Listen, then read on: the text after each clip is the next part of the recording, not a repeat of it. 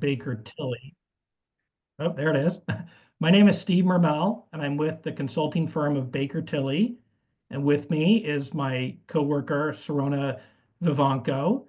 And from the city tonight is Christopher Smith, the deputy city manager, and Oscar Santiago, the director of finance, along with some other city staff members. Before we get into the presentation, I want to take a moment to mention that we have Spanish translation available. And I'd like to turn it over to Vanessa Lopez to give a brief explanation as to how to use that service. Vanessa?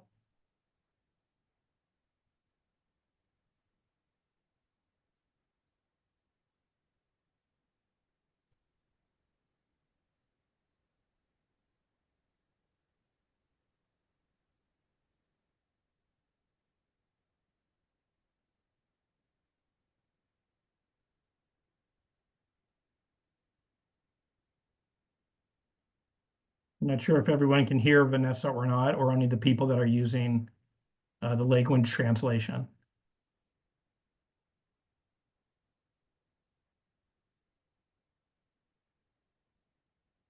So a few other things to mention. Okay. Vanessa, I'm not sure if everyone can hear you on how to use the translation.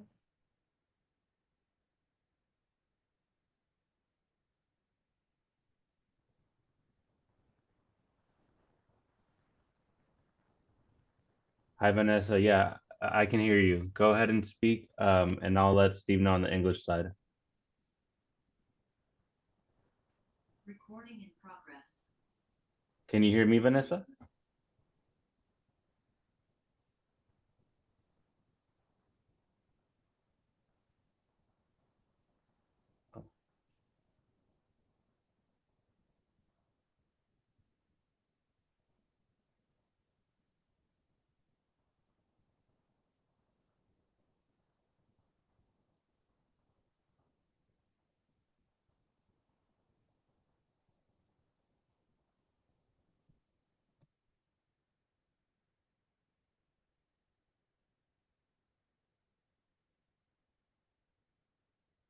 Luis, are we okay to proceed, or do we need to work through the translation issue?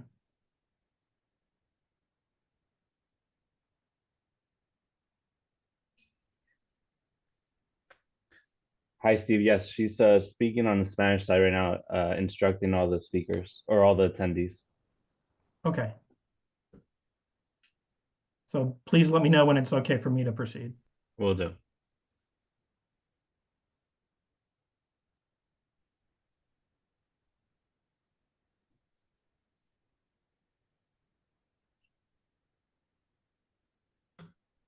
Vanessa, we're all in English right now. Yes.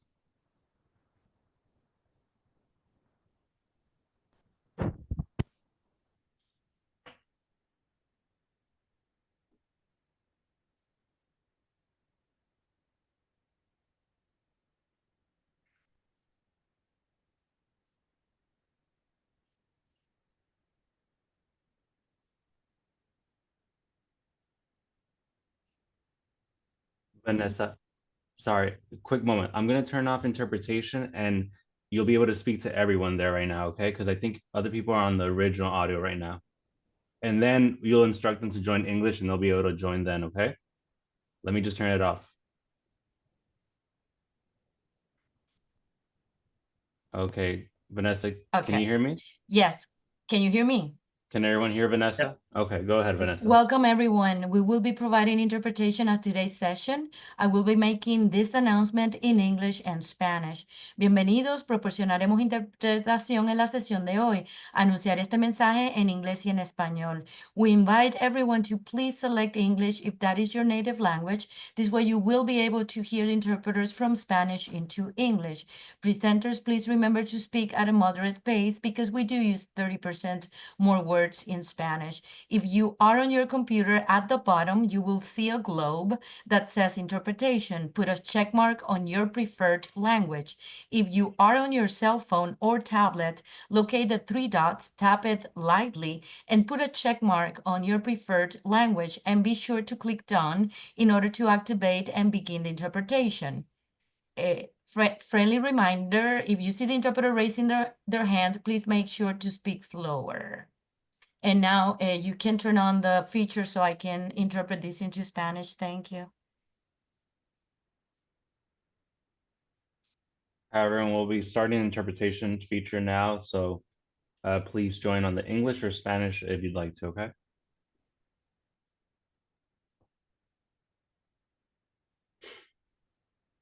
Okay.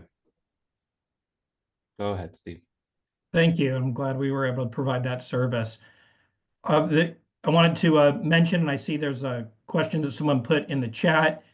We are going to go through today's presentation where we'll also have some audience interaction activity for you all. So hopefully you'll find that enjoyable. And then once we've completed with that, there will be an opportunity to ask questions or to make a statement. So with no further ado, we're going to move forward with our presentation. And I apologize in advance, but I'll be needing to ask Sirona to forward the slides. So with that, why don't we move to the first slide? So thank you all for coming out this evening on a rainy night. You're out at your homes, hopefully, staying dry. Tonight we want to talk to you about the city's budget and its budget process for the upcoming 2 years. We're going to spend a little time discussing what is a budget and provide you some information about the city's budget, primarily looking at the general fund, which you'll learn more about, but it's the most important fund of the city. We'll talk about some of the recent budget impacts and the city's current financial position and some of the factors that affect the city's financial health. And we'll talk about recently adopted city council budget priorities and get your feedback on those and other feedback as the staff starts to develop the budget for the next 2 fiscal years in advance of a presentation to the city council in March. So you're really getting in on the ground floor of the budget development. So again, we appreciate your participation. It's important for the city to hear from the residents. Next slide, please.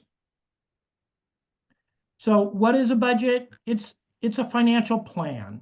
It's a plan to allocate resources, both in terms of staff and dollars. Santa Monica, like most cities, has 2 budgets.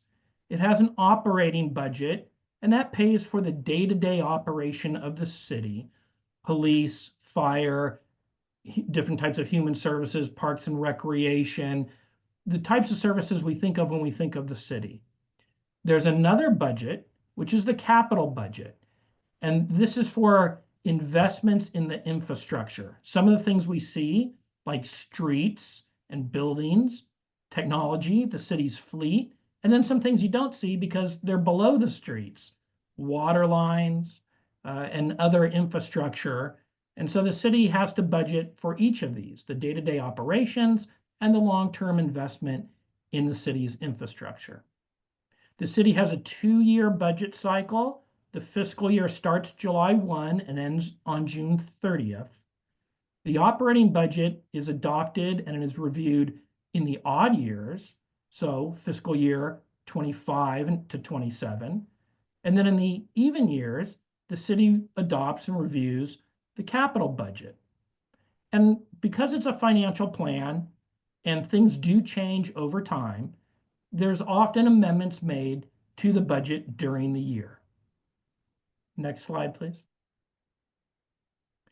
So in terms of the city's operations, again, I mentioned that the general fund is the largest fund in the city. It comprises 58% of the city's total expenditures.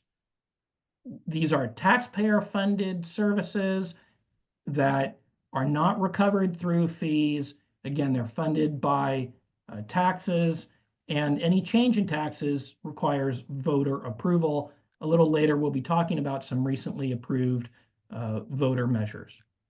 The city also has enterprise funds.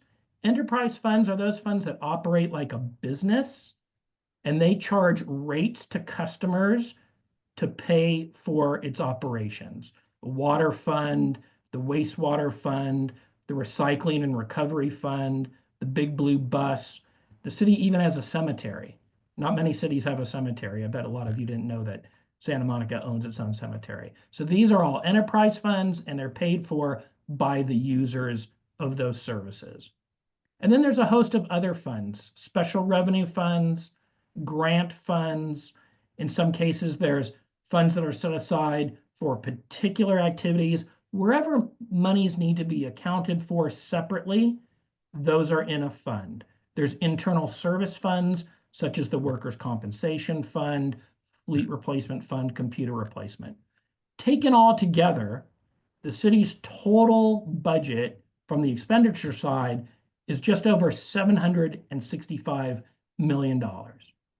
Next slide, please. And so where does that money come from? We mentioned that the general fund, most of the services are funded by local taxes. And as you can see right here, that it's 72.5% of the revenue in the general fund comes from taxes. And if you look to the right, we've broken that down. Property tax is 18.5%. The next two highest are the sales and use tax and the transient occupancy tax. Transient occupancy tax is the tax people pay when they stay in a local hotel. If you take a look at the sales tax and transient occupancy tax, combined, those are more than 33% of the tax revenue, and those are very tourist and consumer dependent. Keep that in mind, because as we talk a little bit further about some of the factors affecting the budget, changes in tourism and consumer activity have a big impact.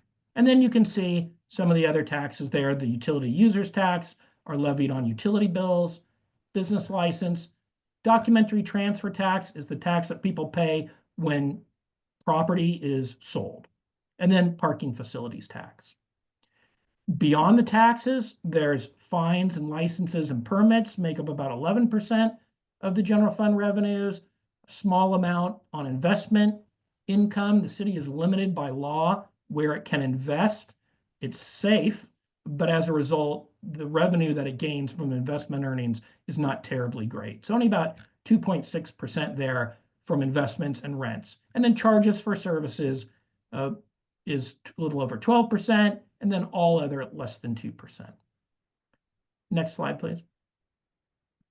And so let's take a look at the revenue trends over time.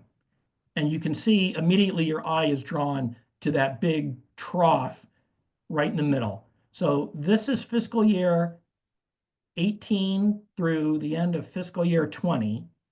And you can see, we all know what happened in 2020 was COVID. And so you can see the significant drop in that red line. That's the transient occupancy tax. So that's the hotel tax. But what was happening during COVID? People weren't traveling, hotels were closed, and so that revenue plummeted for the city. The sales tax and sales tax and use tax has been pretty flat, and in fact, it's actually down from where it was 5 years ago. The only revenue source that's continued to climb in a steady way is property tax. And in California, because of Prop 13, property tax is limited in its growth to no more than 2% per year. There is reassessments when property changes hands, but in the grand scheme of it, those are small in terms of the total revenue received. So property tax is a good, solid revenue. It's slow and steady in its growth. It tends to not go down unless something catastrophic happens. So the volatility is less. But as you can see with the others, there's been quite a lot of volatility because of recent economic impacts. And if you look to the right, we've included a chart that shows what inflation has done over the same period of time. We've all seen this as we shop. Inflation has gone up over 25% over the same period of time. We calculated the compounded growth of these revenue sources, and you can see that the sales tax is actually down 1.2%. The hotel tax is up a little over 8%, in part because of a revenue measure that was approved by voters that we'll speak about in a little while. And then the property tax is the only revenue source that's actually outpaced inflation. Let's take a look at some more revenues. Next slide, please.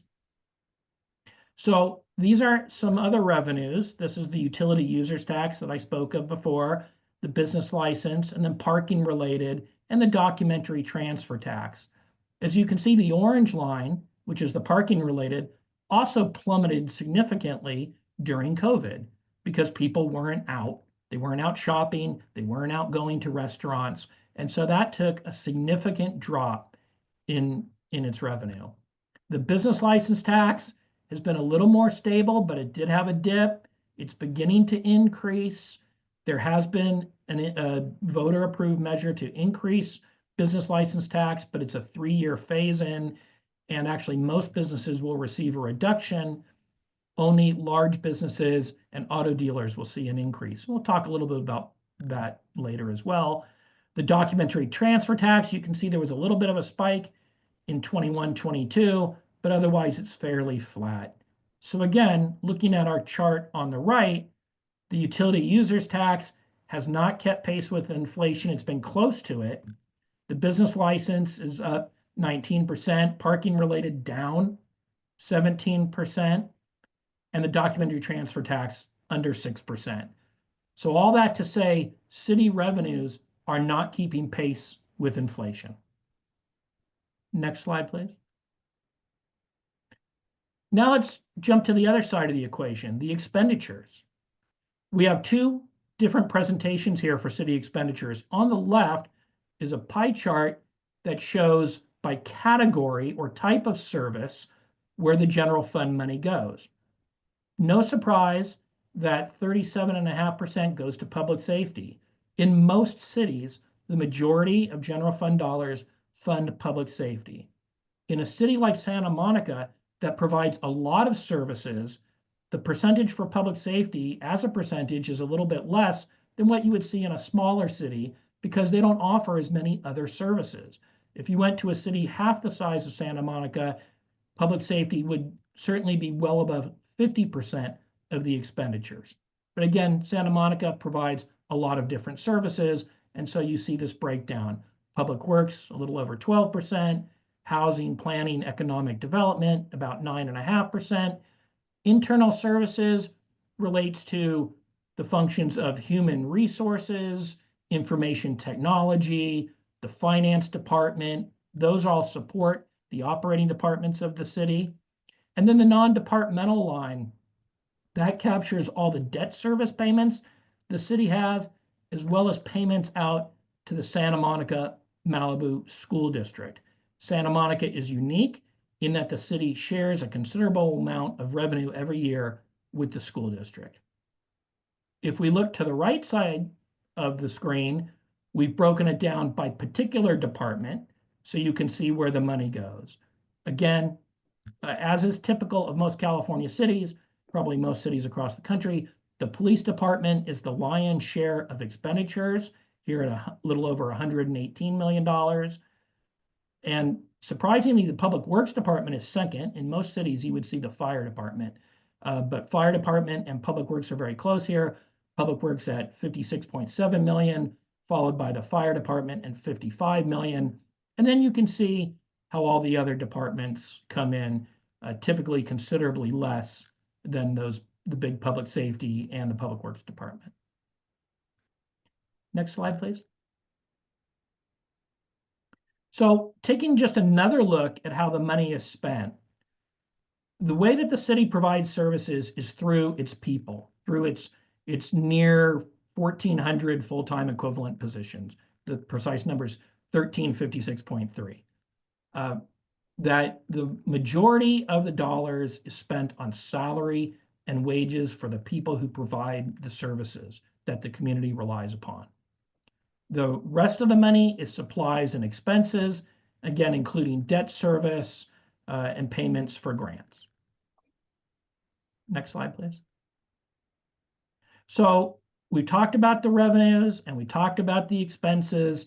Now, putting those two together And looking at the trends over time, what do we see in this presentation? If we go all the way back about 10 years ago, the blue line being revenues and the red line expenses, we can see that the city was in pretty good shape in that its revenues exceeded its expenses.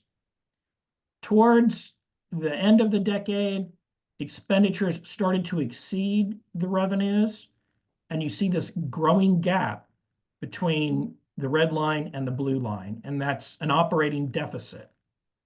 And then certainly what happened during COVID is both the revenues plummeted, and then the city had to make significant reductions to adjust for that loss of revenue. So you see the red line coming down quickly as it sort of trails the loss in revenues. A number of adjustments were made to bring things back into line, moving into fiscal year 2021. And you can Para see 2021. the city right-sized. Y como pueden ver, nuestro movimiento I'm sorry, we're hearing. And then the city right-sized the budget and revenues began to exceed expenditures once again, which is a good position. But now as we're moving forward towards the next fiscal year, we see that the expenditures are exceeding the revenues once again. And I should add that where you see the revenues exceeding the expenditures, starting from about the year 2020, that's because the city's actually had to use its fund balance to balance the budget. And we'll talk about that in just a moment.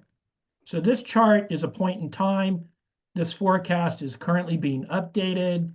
The staff will be presenting this to the City Council in a workshop on March 8th as they begin their budget discussions. Next slide, please. So the city has been able to recover, but not fully, from the economic downturn related to COVID and restore some services, but has not been able to fully restore all services. And where things stand today, the city's currently operating with almost 180 fewer staff positions than it did pre-COVID. And there's a vacancy rate of about 7 to 8% of positions. It's a difficult time to hire right now. Many cities are suffering high vacancy rates. That creates challenges in terms of responding to the community. There's been a backlog in responding to 311 requests. The city has an excellent 311 service center where people can request that the city take care of issues, but the response times are being delayed because of the growing maintenance backlog. A number of the city's programs remain closed or operate at reduced levels. Those of you who frequent the library know that 2 of the branches operate only 2 days per week and in a self-service model. So service levels are not where they were pre-COVID. Next slide, please. And then I mentioned that in order to balance the budget, the city had to utilize its, capital improvement budget, and then we'll talk about fund balance. My apologies. We talked a little bit about the capital budget being the investment in infrastructure.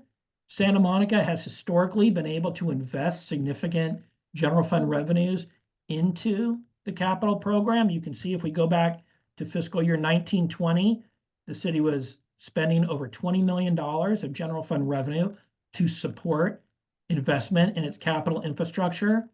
But you can see during the down economic years, the city's not been able to make that level of investment. And if you look out to the right, while it's projected the city will begin to be able to make a level of investment similar to what it was previously, because of the growth of inflation, today's dollars don't buy as much as they did in the past.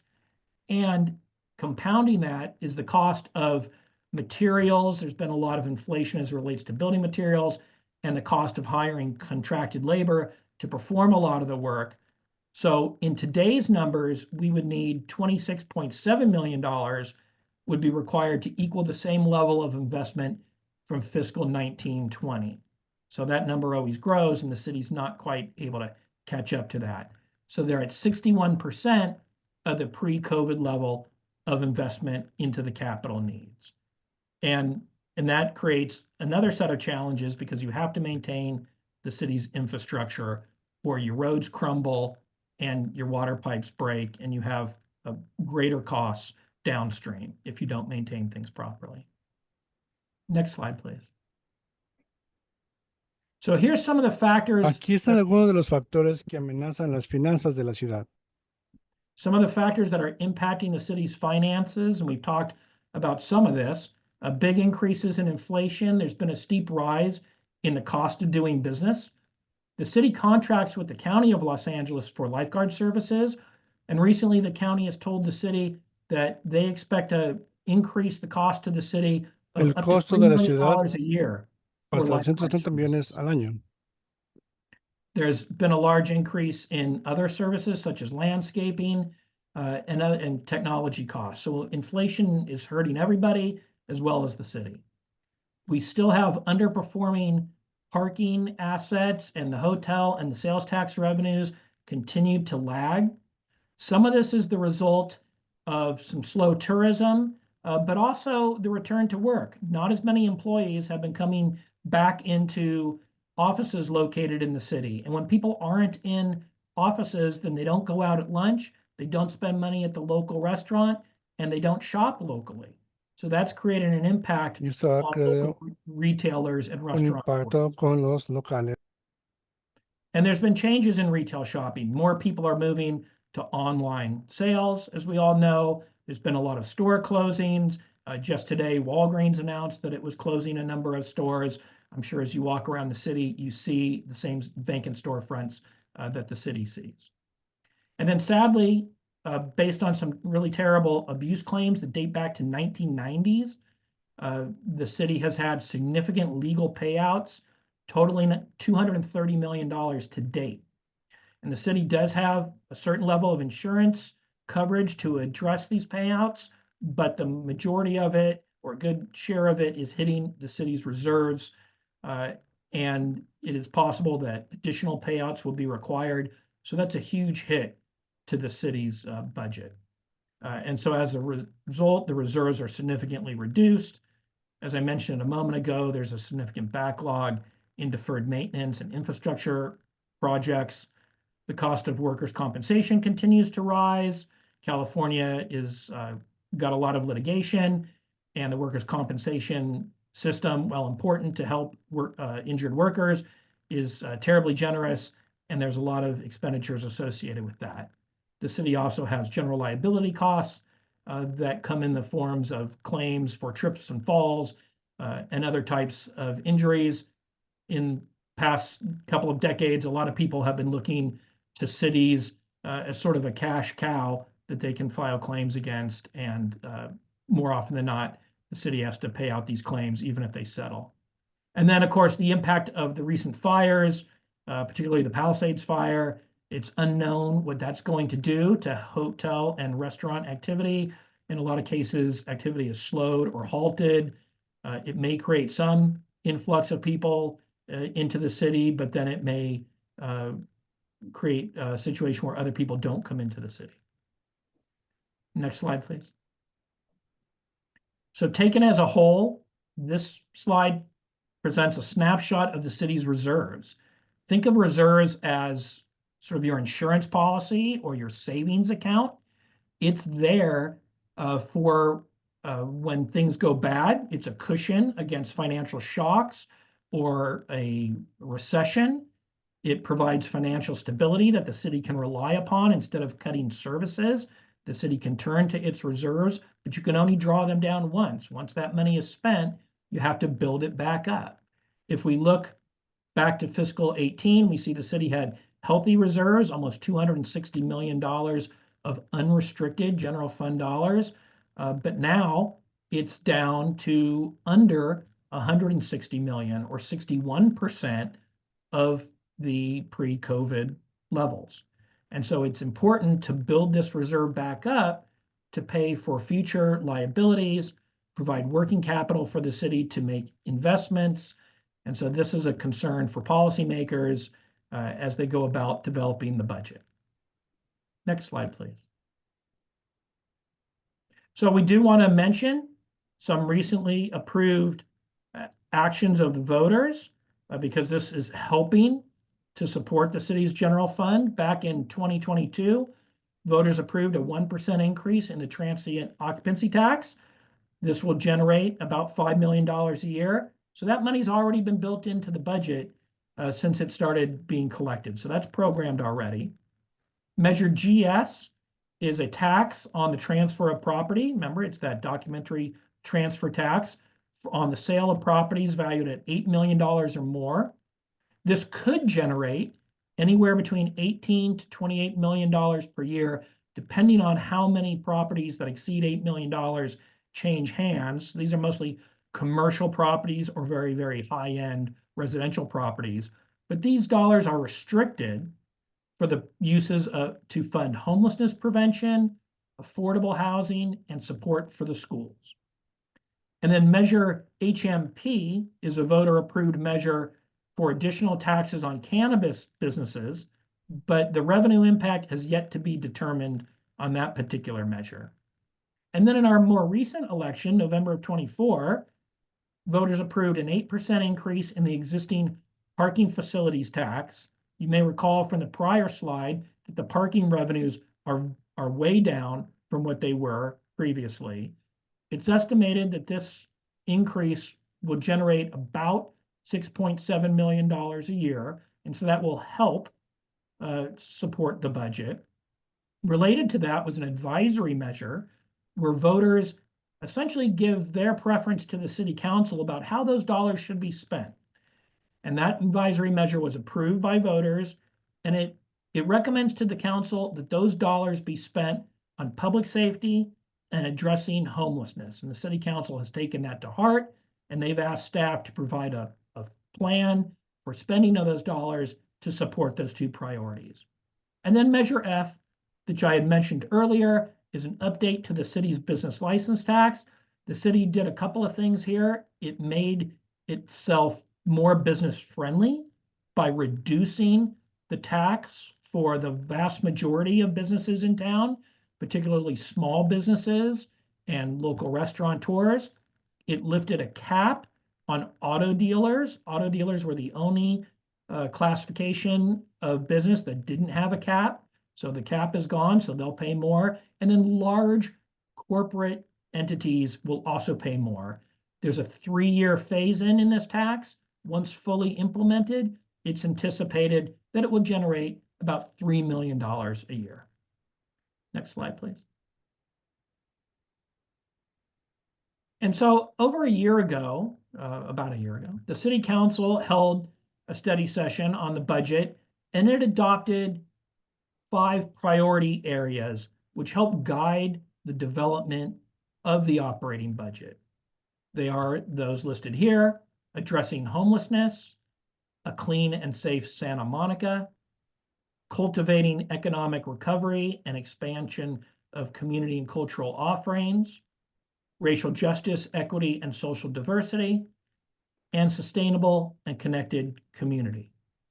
We're going to go through some of the next slides here. It gives a little definition of what each of these are, and also includes some performance measures that different city departments have been using to track their progress to achieving these priorities. So again, we have the first one, addressing homelessness, and on the left there is what that definition is. And then you can see some of the different performance measures that the city is using to track its performance. And if you look, for instance, in the middle there, people experiencing homelessness who receive medical, mental, psychiatric, and substance abuse services, over 1,300 people in fiscal year 23-24 receive those services.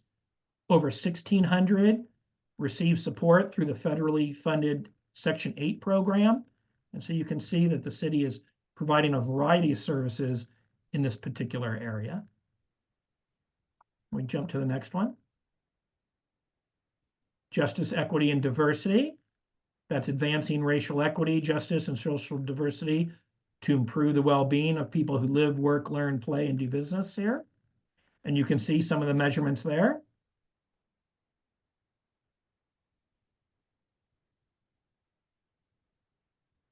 Next slide, please. Clean and safe Santa Monica. This speaks to enhancing the atmosphere where people feel safe. One of the big drivers of economic activity is whether people feel comfortable and safe walking around the city, whether residents feel comfortable walking around. And so you can see some of the numbers here and some of the different city departments that are supporting the effort, code enforcement, the number of materials from illegal dumping, over 2.2 million pounds of illegally dumped materials moved out of the city. Sidewalk repairs. These are all the things that go to quality of life in the city.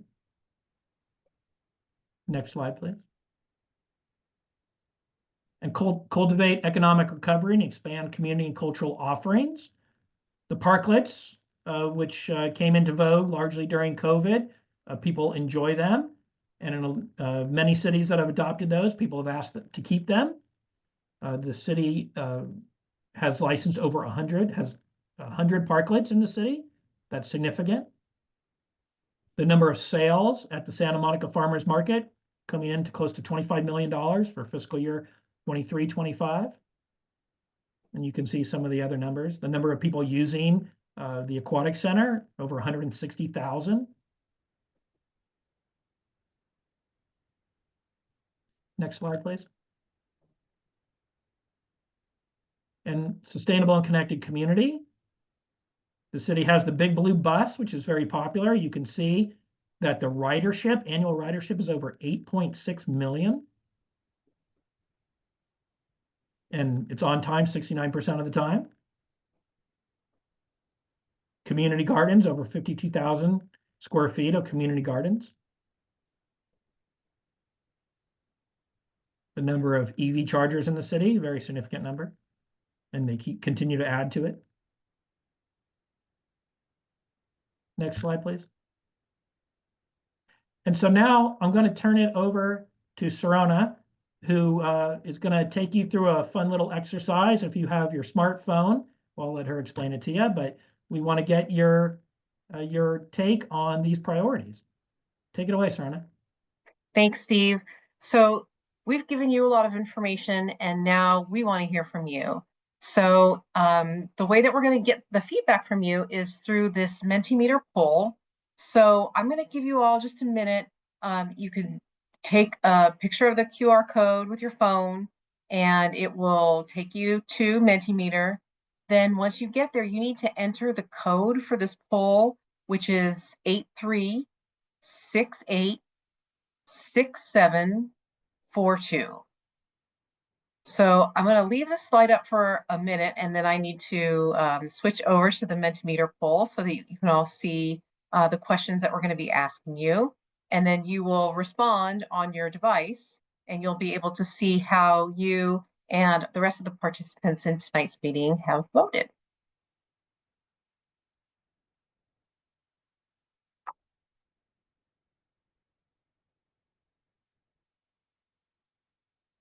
Okay, hopefully everybody has had the opportunity to get onto the Mentimeter. If not, I can put the login information in the chat. I can't put the QR code in the chat, but I can certainly put the code in the chat.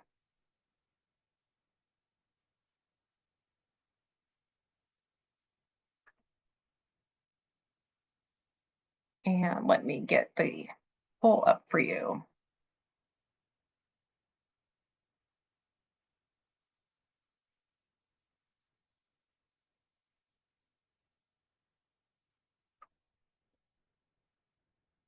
Steve, is the poll showing, or is it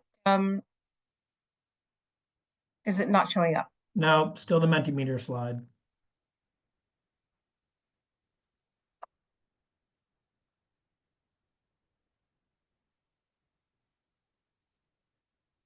Okay, give me just a moment. Sorry about that, everyone.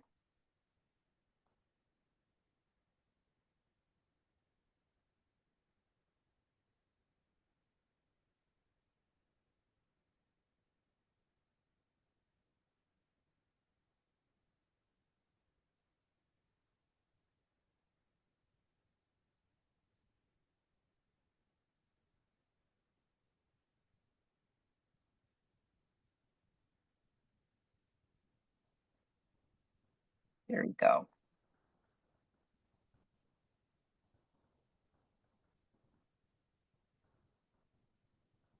Okay, is everyone able to see that? Steve, are you able to see that at least? Yes, it's there. Okay, so I've got the code up, or the QR code for just one more second, if there's anybody else that needs to access this. And And I think Shay was good enough to put it in the chat there. oh, fantastic. Thank you very much. Okay, so people are already voting. Fabulous. So we want your feedback on the city council priorities. And we want to understand if you feel that these council priorities are still relevant, important, and appropriate to Santa Monicans right now. So we have, at my last count was 20 people in the meeting. We were actually 21. So I know there's a number of staff here this evening.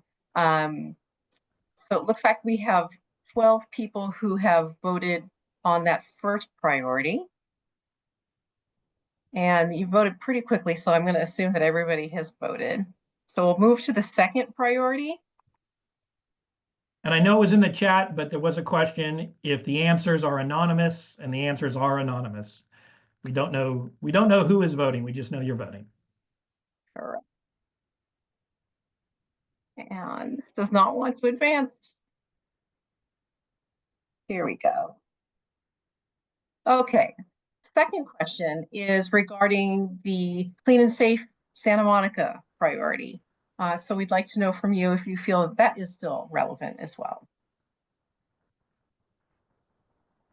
And the votes are coming in. So we've got 7 of you who have voted.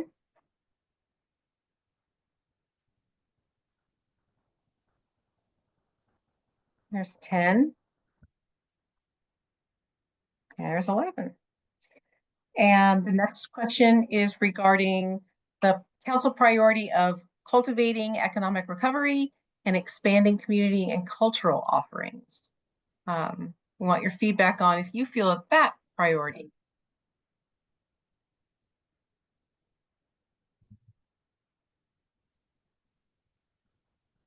Thank you.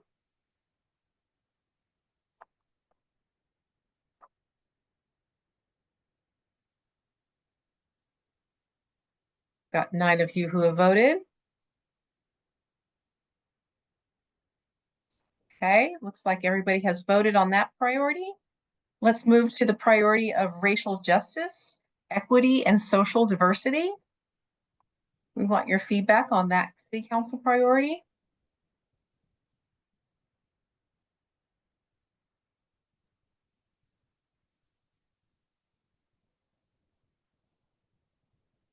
Got 8 of you who have voted.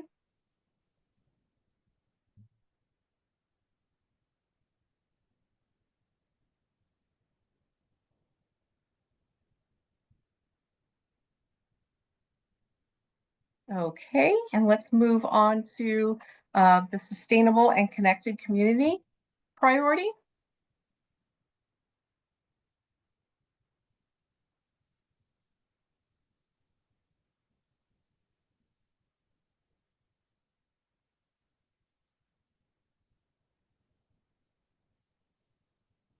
Got 7 votes here.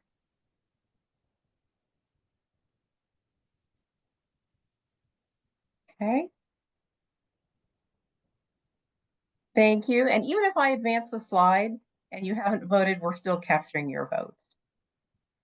So now that we've gone through all of the established city council priorities, if you think that there's another priority that the city council should consider, you can enter that here.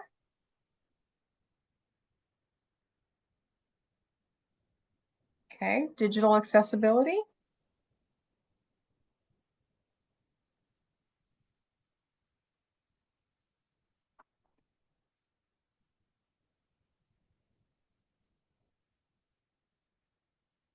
Traffic, a priority for everyone, especially on a night like this.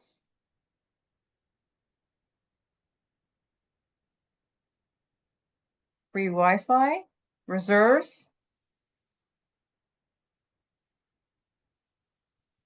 And traffic has changed color because others have said traffic.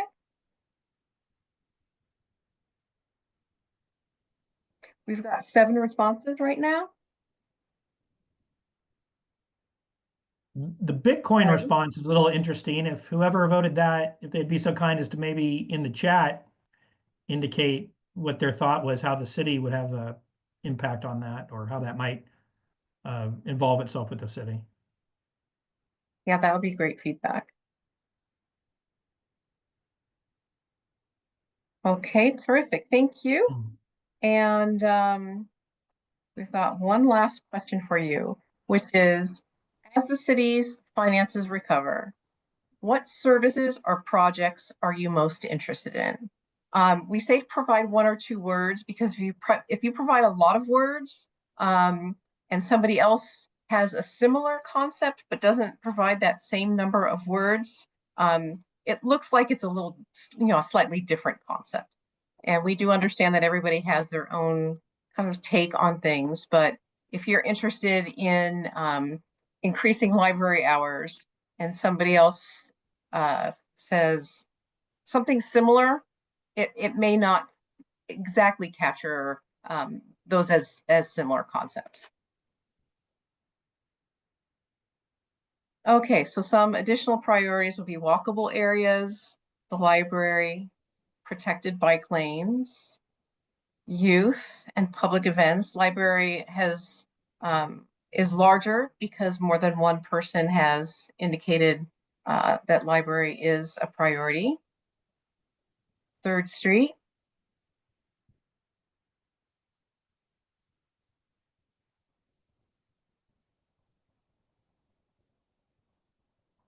Artificial intelligence. Interesting.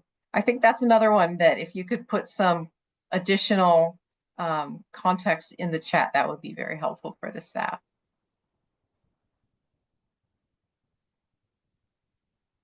Okay, so we've got 12 responses, and the bulk of the previous questions we had 11.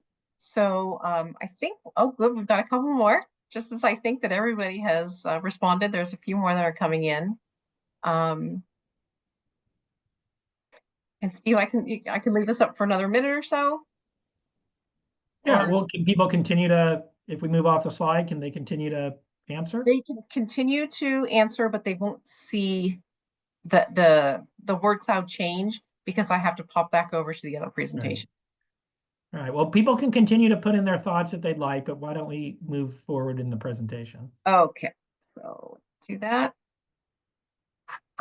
And give me just a minute.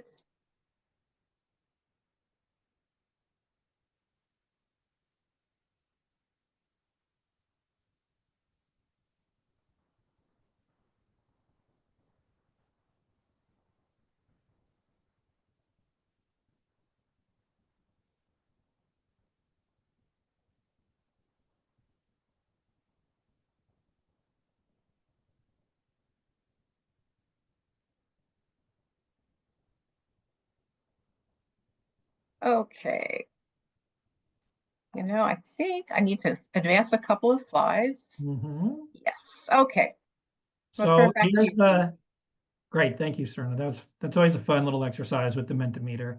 So this is the budget process that the city observes, and you can see since we're here in February, again, you're at the ground floor of the development of the operating budget. So we're doing community engagement, and along the line between now and the adoption of the budget in June, there's many opportunities for members of the public to participate. The city council, as I mentioned, on March 8th, will be holding a priority setting meeting. This is a public meeting. It's on a Saturday. The public can attend. And then when the staff presents the budget to the council, both in the capital budget form and in the operating budget, those happen at regularly scheduled public meetings. And so many opportunities to have your voice heard, to listen to the discussion, to speak at public comment on the process. And as you can see, it's effectively a 6-month process to adopt a budget. That's one good reason why many cities such as Santa Monica have gone to a 2-year process where every other year they make some amendments, but it's not as elaborate as it is every other year. Next slide, please. If you want some more information about the city's finances, if you want to see prior year budget or the audited financial statements, you can go to this website and get all the information you want. It's actually very interesting, and the staff has done a great job of putting it into a easily followed format. Next slide, please. And so in addition to the Mentimeter exercise that we're so happy that you all participated in this evening, we have a survey, a community survey, that if you haven't completed it, please do. It will be up for about another week. It's available both in English and in Spanish. And if you want, you can take your phone right now and hit that QR code and fill that out for us. And that will stay open until February 19th. We already have 734 survey responses, so we'd love to get yours. And next slide, please. With that, that concludes our presentation.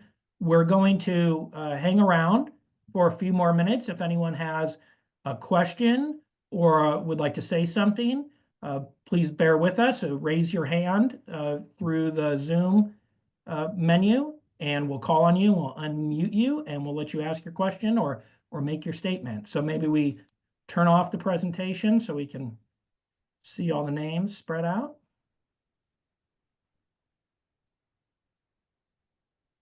And let me ask, does anybody have a question or a comment? If so, please use the menu on your screen to raise your hand. So one thing, somebody had asked about their answers on the Mentimeter being anonymous, and yes, they are. We have no way of tracking that. No. So first, let's start with Alex. You should be unmuted now, Alex. Hi, thank you for the presentation. I'm Alex Elliott. I'm a commissioner on the Disabilities Commission, but I'm here on behalf of myself. I'm a social worker. I'm an ADA certified coordinator, a specialist in mental health technologies, digital health. I just think the budget doesn't reflect just the massive amount of work to make digital spaces accessible. Other cities across Southern California are staffing this. Every PDF file, every Word document, every PowerPoint, every Excel, everything on the website that isn't archived has to be accessible. That's going to require just a mass volume of remediation of existing digital documents and applications that aren't currently compliant. That's going to require staff. Other municipalities have digital accessibility coordinators, and it's an equity issue. So I just didn't see that at all. Our commission has talked, reached out about this issue, but I just like to see that moving forward. Thank you for the opportunity. Thank you for that, Alex. Let's go to Shay. You should be able to unmute now, Shay. Hi, Steve. Thank you so much. This was fantastic, very informative. So thank you for the presentation and for the opportunity to give our feedback. I just hope that with the efforts that the city is putting in with cutting red tape for permitting, the business recovery and economic recovery would be accelerated. And I think that would help in a great way to improve the budget going forward, because the city doesn't seem to be in a very good shape financially. Thanks again. Thank you. There was a question in the chat for the performance measures. Was there a baseline or just quantity? I know we went through those fairly quickly. That information's available in the budget document. It depends on the particular indicator as to what the measurement is. So in some cases, it is a quantity. Some cases, it's a percentage of a fixed amount. So if you look into the city's budget document, you can obtain more information about the performance measures. And if you contact the finance department, they track that information. Are there other questions? Oh, Jeff Bush, you can unmute yourself. Yes, first of all, thank you very much for the presentation. And I'm just curious, in the work you've done with many other cities, are there a couple of things or priorities that they had that are missing here? And are there a couple of things that we have that seem to be missing or less important to the other cities? Thank you for the question. Sirona and I and our team, we work with a lot of cities, primarily in California, in developing financial plans and goal setting and strategic plans. They do vary somewhat from city to city, depending on the nature of the community. In some cities, housing is a big priority for them, and they want to move forward in developing housing.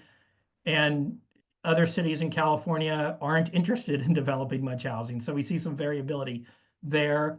Supporting the local economy is something virtually every city council is supportive of, as well as public safety. So I would say that the city council, when it did its last goal setting for Santa Monica, those goals are similar to what we see throughout the state, if not in other states as well. And they'll have this opportunity in March to revisit those. It is possible that one or two may change, but generally most cities in California are committed to sustainability, equity, addressing climate change, ensuring that they're safe. And safety means a lot of things. It's police, fire, but in some cases it's also mental health and public health. And so I would say that your council's been thoughtful in adopting those priorities, and it's pretty consistent with what we see elsewhere. Other questions or comments?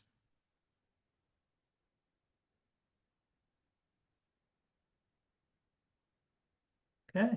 Well, I want to thank everybody for joining us this evening.